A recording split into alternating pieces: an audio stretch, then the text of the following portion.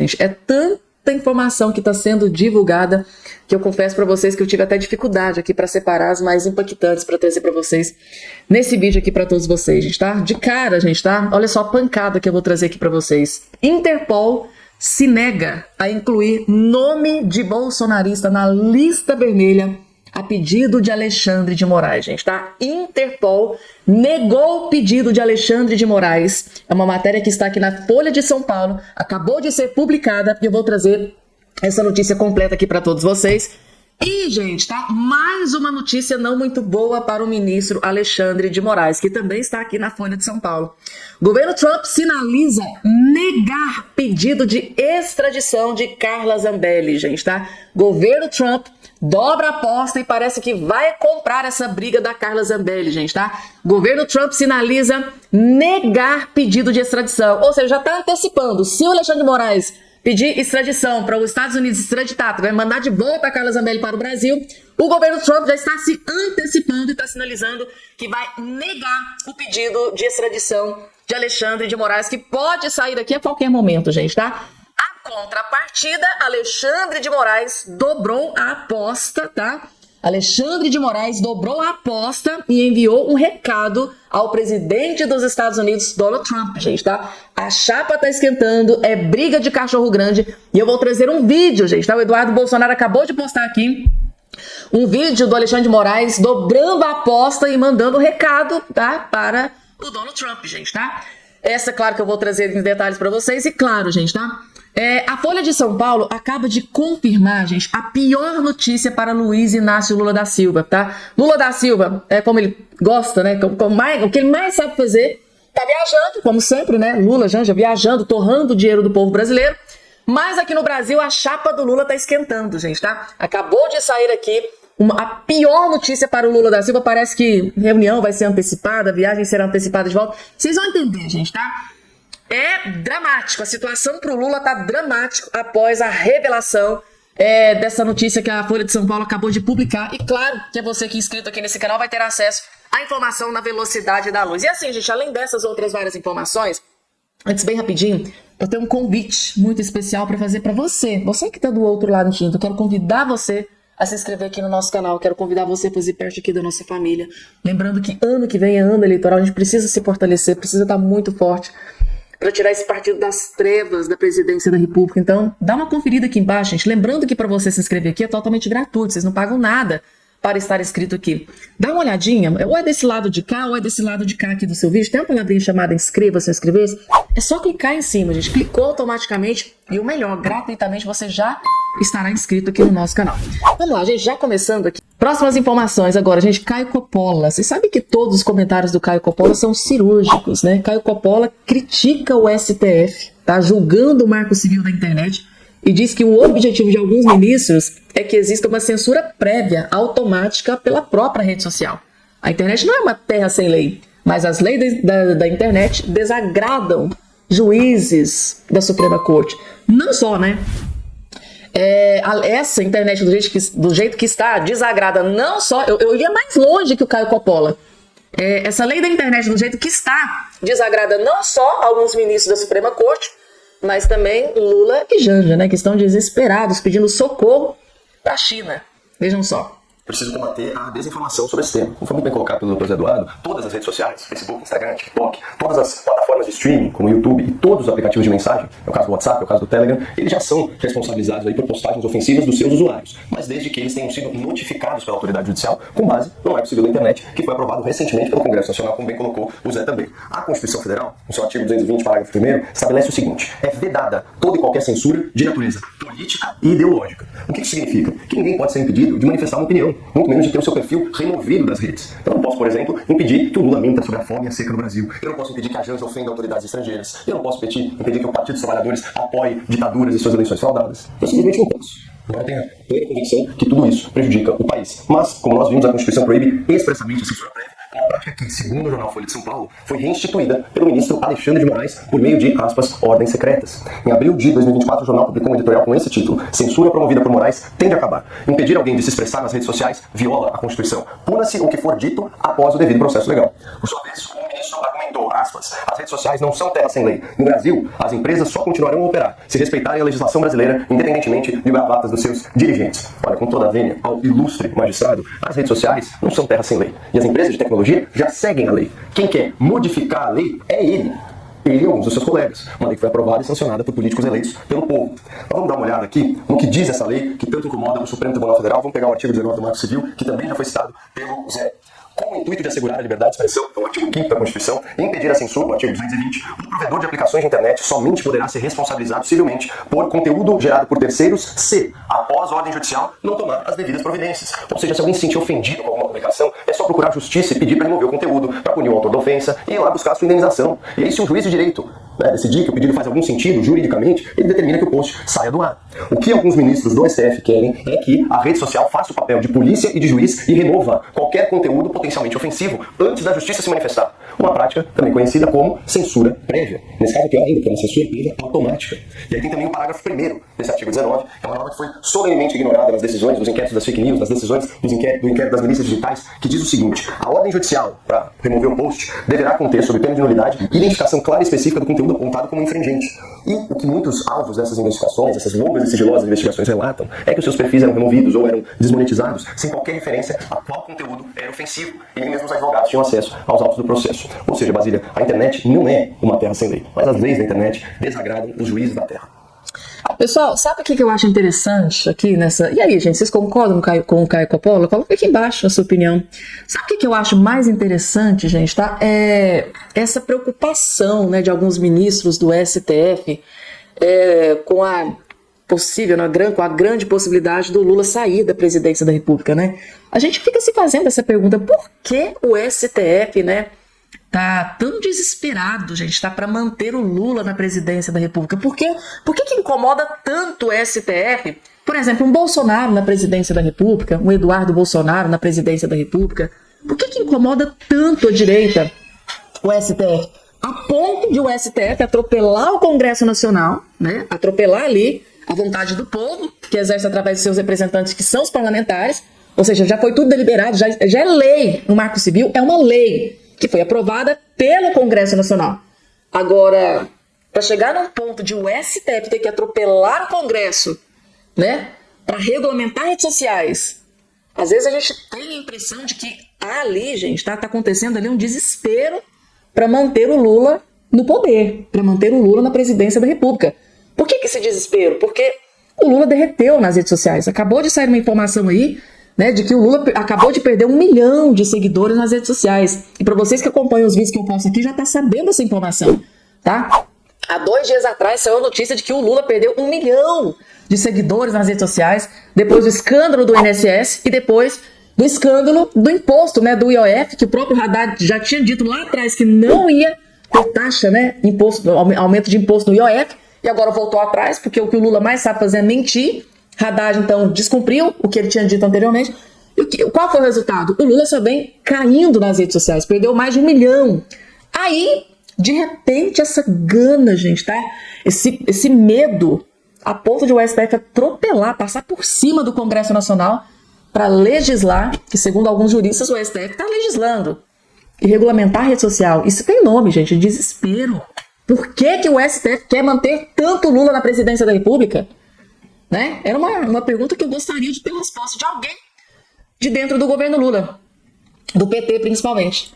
Agora, próximo vídeo, gente, tá aqui o William Vac. O William Vac tá sendo uma pedra no sapato do Lula, né? Vejam só que o William Vac detonou o Lula da Silva. O William Vac diz que as ideias de Lula envelheceram.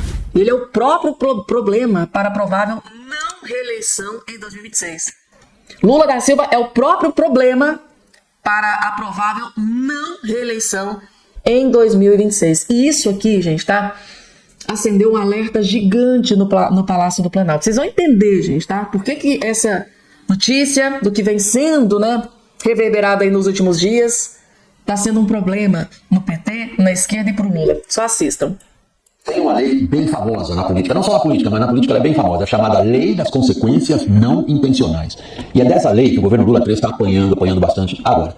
Lula lançou com bastante antecedência a campanha eleitoral para 2026. Alguns dirão que na verdade ele nunca desceu no palanque, mas essa é outra história, vamos continuar. Mas ao lançar tão cedo a campanha, ele amarrou uma enorme parte do noticiário político exatamente nesse foco. Está dando certo a campanha de marketing? Sempre o primeiro item na agenda diária do presidente? A aprovação do governo dele está subindo, está crescendo? Quais são as chances reais? E olha que ainda tem mais de um ano até lá, do Lula obter um quarto mandato. O consenso entre os operadores políticos de todas as colorações é que essas chances de quarto mandato já foram maiores. E se não estão diminuindo, na melhor das hipóteses, se mantém no mesmo patamar.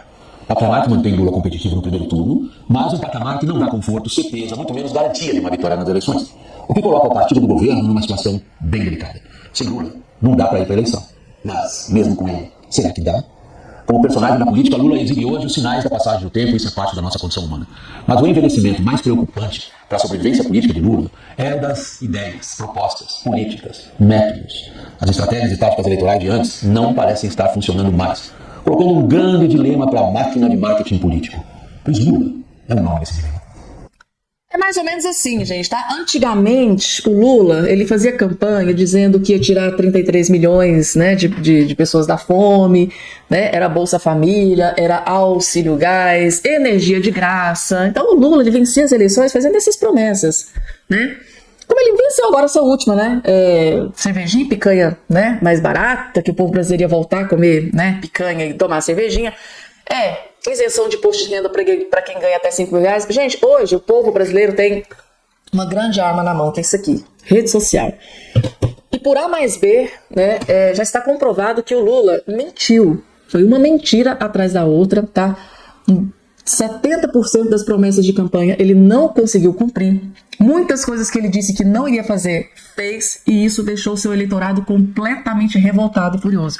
Resultado disso, provavelmente ele não vai conseguir se reeleger em 2026. Ele está colhendo aquilo que ele plantou. Não é uma frase que ele sempre gosta de dizer? Olha, no ano tal e no ano 2023 ou 2024 a gente plantou. Agora 2024 e 2025 é o ano da colheita.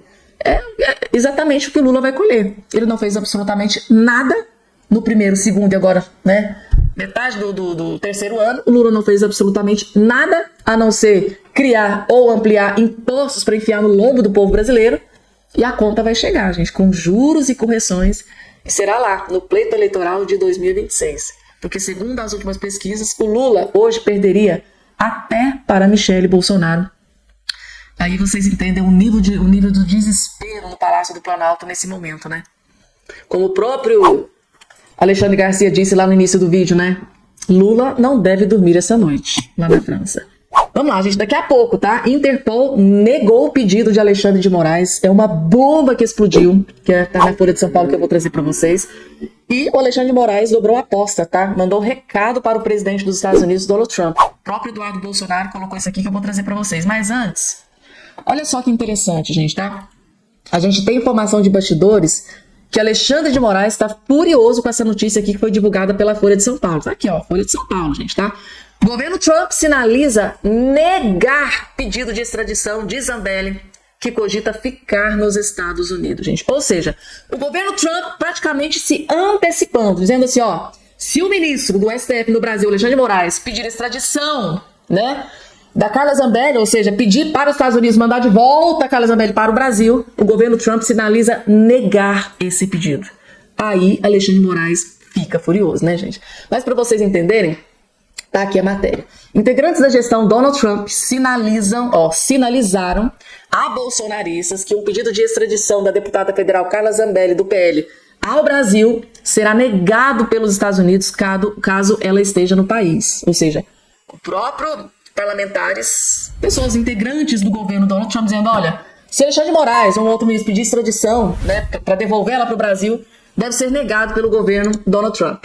Com base nessa informação, a deputada estaria reconsiderando a ida para a Itália, onde essa proteção seria mais frágil, gente, tá? Eu já estou trazendo aqui informações para vocês que parlamentares de esquerda lá na Itália já estão indo para cima da Carla Zambelli. Olha, se vir para cá, nós vamos fazer um pedido, né, para que ela seja extraditada para o Brasil de volta. E a Carla Zambelli tá colocando a barba de molho, gente, tá? Então, o país permite a extradição mesmo de pessoas com cidadania local. Outro argumento, gente, isso aqui no caso da Itália, tá? Outro argumento que aliados dela têm usado é que há uma comunidade de brasileiros bolsonaristas bem estabelecida nos Estados Unidos, sobretudo na Flórida, tá? E que ela poderia contar com esta rede de apoio para trabalhar e viver. Até agora, no entanto, ela mantém o plano de viajar para o país europeu. Por enquanto, o plano dela é ir para a Itália, mas ela pode reconsiderar isso a qualquer momento, gente, tá? Então tá aqui. Até o momento ela tá pensando mesmo em ir para a Itália, o que eu acho que não seria uma boa escolha, porque eu acho que nos Estados Unidos o governo Donald Trump pode protegê-la de forma mais eficaz, gente, tá? Eu, no lugar dela, né, com um monte de parlamentar de esquerda, pedindo a cabeça dela ali na Itália, inclusive um vídeo eu até já postei pra vocês aqui, eu, se fosse Carla Zambelli, não iria, tá? Ainda mais agora com essa informação, né, de pessoas no entorno do governo Trump tá dizendo ali que ali ela vai estar protegida, eu acho que seria bom ela ficar ali. Daqui a pouco, gente, Interpol nega pedido de Alexandre de Moraes, mas antes, deixa eu trazer um vídeo aqui, gente, que o Eduardo Bolsonaro postou nas suas redes sociais, que é esse que está aparecendo aqui na sua tela. Parece que Moraes mandou um recado para Donald Trump e Marco Rubio. Será que não? Segundo Eduardo Bolsonaro, aqui nesse vídeo, né, do Alexandre de Moraes, ele está mandando um recado para Donald Trump e Marco Rubio. Tá aqui, ó, vejam só o recado. Não importa quais são ou quais serão as agressões.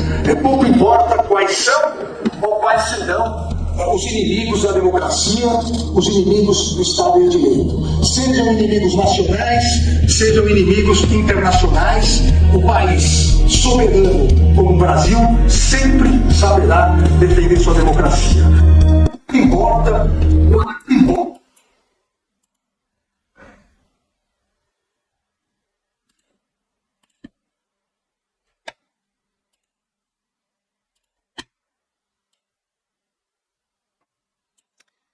Alexandre de Moraes disse que pouco importa, vejam só. Não importa quais são ou quais serão as agressões. Pouco importa quais são ou quais serão os inimigos da democracia, os inimigos do Estado de Direito. Sejam inimigos nacionais, sejam inimigos internacionais, o país soberano como o Brasil sempre saberá defender sua democracia. Vocês viram, né, gente, tá? Nos inimigos nacionais e internacionais, gente, tá? Eu senti aí um certo recado para o Donald Trump e Marco Rubio, gente, tá? Alexandre de Moraes dobrando aqui a aposta, né? Agora, gente, essa notícia aqui eu tenho certeza absoluta que quando divulgada deve ter deixado Alexandre de Moraes extremamente furioso, gente, tá? Matéria aqui da Folha de São Paulo, ó. Interpol se negou a incluir bolsonarista na lista vermelha de procurados em revés a Alexandre de Moraes. A gente sabe, gente, tá, que recentemente o Alexandre de Moraes, na Justiça Brasileira, fez um pedido, né, para Interpol incluir o nome da Carla Zambelli na lista vermelha da Interpol. Bom, a Interpol já negou outros pedidos de Alexandre de Moraes. Será que esse também vai ser negado? Não seria a primeira vez, vejam só. Acionada a pedido do ministro Alexandre de Moraes para a prisão da deputada federal Carla Zambelli, a Interpol negou nos últimos anos dois pedidos de inclusão de dois símbolos do bolsonarismo na difusão vermelha da organização internacional. Vocês estão entendendo aqui, gente, tá? Moraes acabou de fazer um pedido à Interpol. Lembrando que a Interpol já negou dois pedidos de Alexandre de Moraes para inclusão de bolsonaristas na lista vermelha de prisão. Aqui, gente, tá? As negativas foram dadas com diferentes justificativas e ocorreram no âmbito dos procedimentos internos para conferir se os mandados de prisão do Brasil estavam de acordo com as regras estipuladas pelas regras da Interpol. Ou seja, não adianta só o Alexandre de Moraes querer a prisão da Carla Zambelli, tá? Para a Interpol aderir, acatar uma ordem, um pedido, né, de Alexandre de Moraes, o Alexandre de Moraes, esse pedido tem que estar dentro das regras da Interpol. Então não é o Alexandre de Moraes que dá ordem e a Interpol vai lá e cumpre como se a Interpol fosse uma subordinada ao ministro Alexandre de Moraes. Não tem nada a ver, são jurisdições diferentes, né?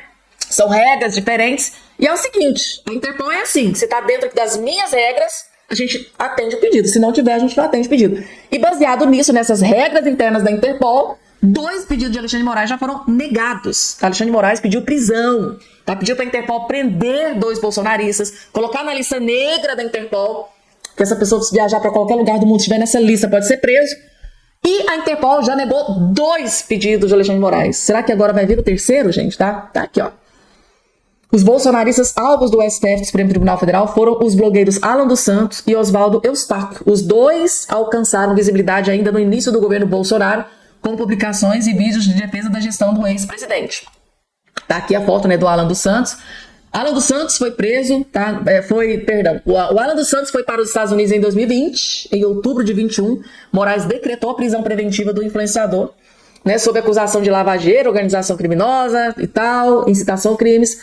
Por ordem de Moraes, a Polícia Federal, né, requereu à Interpol, ou seja, fez um pedido à Interpol a inclusão do nome de Alan na lista vermelha, mecanismo por meio do qual se difunde a identidade de um foragido da justiça aos 96 países membros da organização solicitando colaboração policial. Ou seja, foi incluído o nome de uma pessoa na lista vermelha em 196 países, né, que aderiram a essa questão.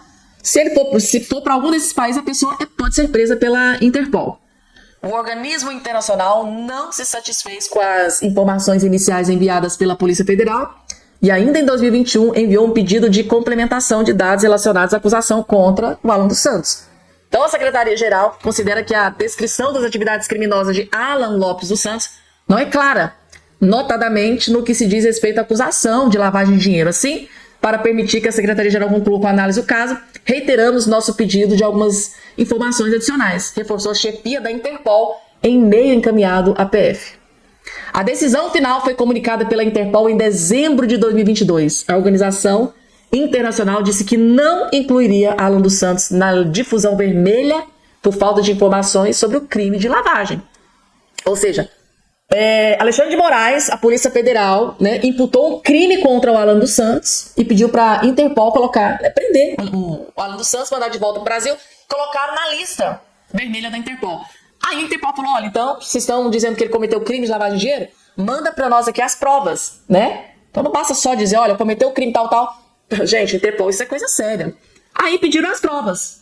E o Alexandre de Moraes e a PF, o STF, não conseguiu provar para a Interpol esses crimes imputados contra o Alan dos Santos. Por isso, a Interpol negou o pedido de prender e manter o nome dele na lista, e colocar o nome dele na lista vermelha. A Interpol também decidiu não incluir o nome de Oswaldo Eustáquio em sua lista vermelha. A negativa se deu a outro pedido de Moraes, de 2023. O influenciador bolsonarista teve a prisão decretada meses antes por suposta participação em citação no atos de vandalismo que ocorreram em Brasília em 12 de dezembro de 22.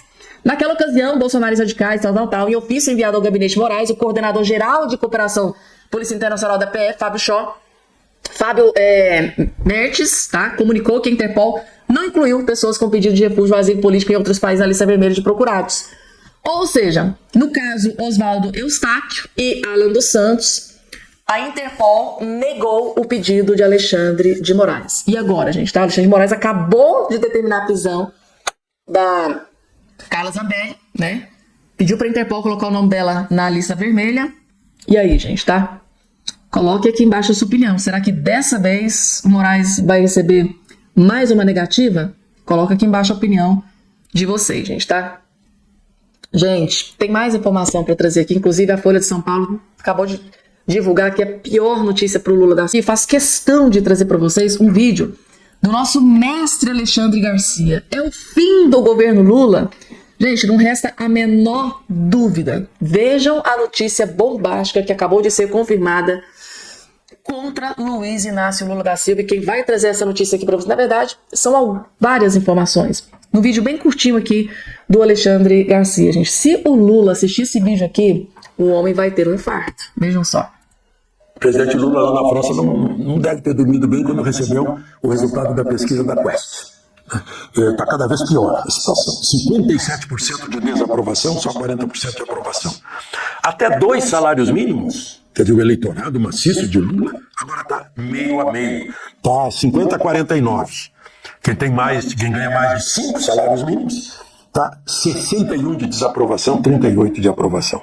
Os católicos, que eram os votantes, já está invertido também. 53% dos católicos estão desaprovando e 45% aprovando. E os evangélicos, então, é 66% de desaprovação e 30% de aprovação. Mas eu estava ouvindo um voto brilhante, praticamente um ensaio sobre liberdades do ministro André Mendonça. Já estava 3-0 a favor da censura, digamos assim.